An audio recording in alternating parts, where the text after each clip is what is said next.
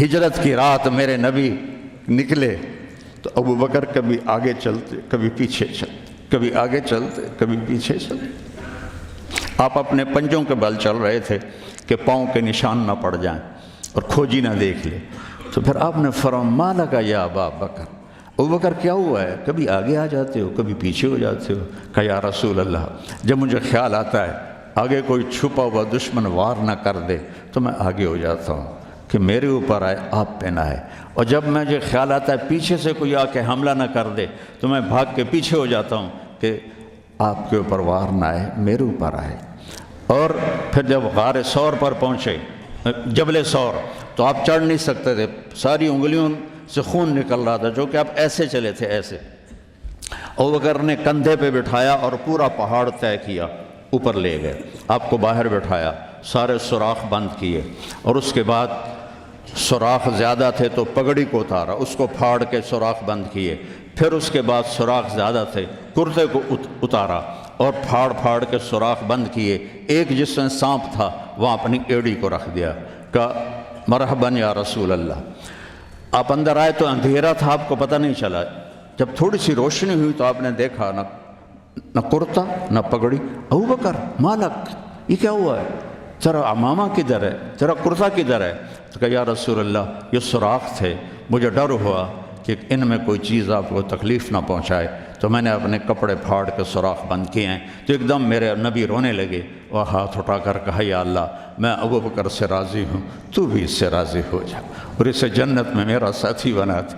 تو ایک دم جبریل آئے، یا رسول اللہ، اللہ تعالیٰ فرما رہے ہیں ہم ابوبکر سے راضی ہو اور جنت میں آپ کا ساتھی بنا دیا۔ انہوں نے میرے نبی کی زندگی کو یوں سچ کر دکھایا۔ موسیٰ علیہ السلام کی قوم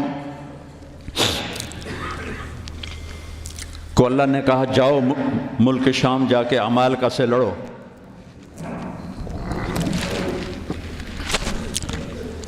ان کا اذهب انت وربک فقاتلا، تو جا تیرا رب جائے، ہم نہیں لڑتے۔ اور بدر کے لیے جب آپ نے پوچھا بولو کیا کرنا ہے، تو مقداد ابن اسود نے کہا اذا لا نقول كما قالت بنو اسرائیل اذهب انت وربك فقاتلا بل نقاتل امامك وخلفك وعن يمينك وعن شمالك۔ یا رسول اللہ ہم بنو اسرائیل نہیں ہیں کہ کہیں جا اور تو تیرا رب لڑے، ہم آپ کے آگے لڑیں گے، پیچھے لڑیں گے، دائیں لڑیں گے، بائیں لڑیں گے، ہماری لاشوں سے گزر کر وہ جائیں گے۔ بنو اسرائیل نے سمندر پار کیا، آگے پتھر کے بت کی پوجا ہو رہی ہے، یا موسیٰ اجعل لنا الہا کما لہم آلہہ، یا اللہ موسیٰ ایک خدا ہمیں بھی لے کر دو اس جیسا۔ یہ بنو اسرائیل ہیں، اور میرے نبی کا انتقال ہوتا ہے پیر کے دن، اور ابو بکر صدیق اوالی گئے ہوئے ہیں اپنی دوسری بیگم کے پاس، ان کو خبر ملتی ہے تو وہ بھاگے ہوئے آتے ہیں اور آپ کے چادر ہٹا کر آپ کا ماتھا چومتے ہیں اور گرم گرم آنسو ماتھے پہ گرتے ہیں، وا خلیلہ وا صفیہ وا نبیہ۔ اور اس کے بعد آپ مسجد میں جاتے ہیں تو شور و فغاں ہے، اور عمر تلوار لے کے کھڑے ہیں، جو کہے گا اللہ کا رسول فوت ہو گیا میں اس کو قتل کر دوں گا، وہ اللہ کے پاس گئے ہیں، وہ واپس آئیں گے۔ تو ابو بکر ممبر پر آئے، کہا عمر اقعد اقعد، کھڑے ہوئے آدمی کو کہنا ہو بیٹھ جاؤ تو اقعد، اور لیٹے ہوئے آدمی کو کہنا ہو بیٹھ جاؤ تو اجلس۔ یہ حسن عربی ہے کہ ہر حیت کے لیے الگ لفظ ہے، کھڑے کے لیے اقعد، لیٹے ہوئے کے لیے اجلس۔ عمر اقعد، کہا نہیں بیٹھوں گا۔ تو پتہ چل گیا کہ جوش میں ہے، ممبر پر آئے، ایھا الناس من کان یعبد محمدا فإن محمدا قد مات، جو محمد کی پوجا کرتے تھے وہ سن لو کہ انہیں اللہ نے بلا لیا، ان کا انتقال ہو گیا۔ ومن کان یعبد اللہ فإن اللہ حی لا یموت، اور جو ایک اللہ کی پوجا کرنے والے ہیں ان کا رب زندہ ہے، موت سے پاک ہے۔ میرے نبی نے ایسے لوگ تیار کیے جنہوں نے میرے نبی کی زندگی کو سچ کر دکھایا اور جانوں کے نذرانے پیش کر کے آپ کی زندگی کو دنیا میں زندہ کیا۔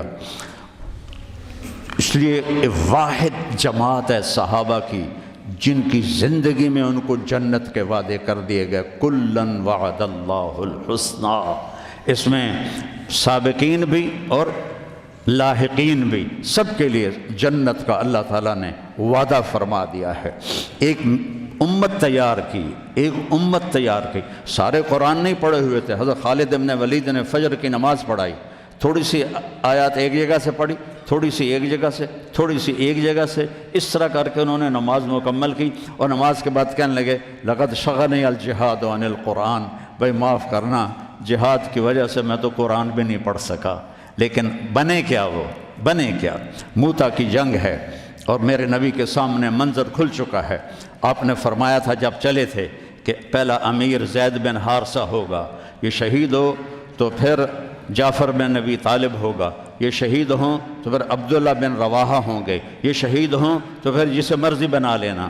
ایک یہودی سن رہا تھا، کہنے لگا ایترایتا گئے، یہ گئے، یہ نہیں زندہ آتے۔ تو اور وہاں 1,00,000 رومی اور 3,000 صحابہ۔ تو حضرت زید بن ثابت شہید ہوئے، اللہ کے نبی نے کہا تقدم زید فقاتل وقتل ودخل الجنہ ثم اخذ الرایۃ جعفر فقاتل وقتل ودخل الجنہ۔ پھر عبداللہ بن رواحہ ایک کونے میں 3 دن سے کچھ نہیں کھایا تھا، گوشت کی بوٹی نوچ رہے تھے کہ آواز پڑی جھنڈا گر گیا ہے عبداللہ، تو انہوں نے وہیں پھینکا۔ پہلے 2 درویش تھے، فقیر تھے، یہ بڑے مالدار تھے۔ پہلے 2 مہاجر تھے، یہ انصاری تھے۔ 4 بیویاں تھیں، باغات تھے، غلام تھے۔ فتردد بعد التردد، تو تھوڑی دیر کے لیے بیوی بچے غلام باغات کا خیال آیا، تو کہنے لگے عبداللہ بیویوں کا خیال ہے سب کو 3 طلاق، باغات کا خیال ہے سارے صدقہ، غلاموں کا خیال ہے سارے آزاد۔ اقسمت یا نفس لتنزلن کارہتن او لتطاوعن ان اجلب الناس وشد الرن ما لی اراکی تکرہین الجنہ قد طالما قد کنت مطمئنہ هل انت الا نطفۃ فی شنہ۔ اے عبداللہ کافی زمانہ گزر گیا ہے زندگی گزارتے ہوئے، چل اپنے ساتھیوں کے ساتھ مل تو بھی۔ اور جھنڈا اٹھایا اور آگے بڑھے، اور آپ نے فرمایا اب عبداللہ نے جھنڈا اٹھایا اور آگے بڑھے اور قتل ہوئے، اور پھر آپ خاموش ہو گئے تھوڑی دیر کے لیے۔ انصار کہنے لگے کہ ہمارے اوپر قیامت ٹوٹ پڑی کہ کیوں رک گئے۔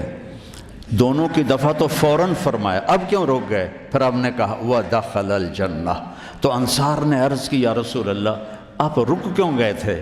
کہا وہ تھوڑا سا اس کے دل میں کھٹک آئی تھی، اس لیے جنت میں جانے میں تھوڑی دیر ہو گئی۔ اب جھنڈا گر گیا، ثابت ابن اکرم نے جھنڈا اٹھایا، کون لے گا یہ جھنڈا؟ انہوں نے کہا تو لے، تو بدری صحابی ہے، تو لے۔ کہا نہیں میرے بس کا نہیں ہے۔ کسی نے آواز دی خالد کو دو۔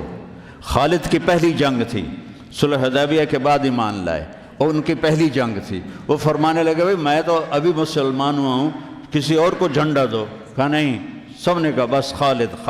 انہوں نے ایک ہاتھ میں جھنڈا لیا، اور جب یوں تلوار کو جب اٹھایا نا، تو میرے نبی نے فرمایا ثم صلی اللہ سیفا من سیوفہ، اب اللہ نے اپنی تلواروں میں سے ایک تلوار کو نیام سے باہر نکالا ہے، اور انہوں نے ساری رومیوں کی فتح کو شکست میں تبدیل کر دیا۔ 9 تلواریں ان کے ہاتھ سے ٹوٹیں لڑتے لڑتے، اور اتنا روب چھا گیا کہ پورے روم میں دہشت پھیل گئی خالد ابن ولید کی۔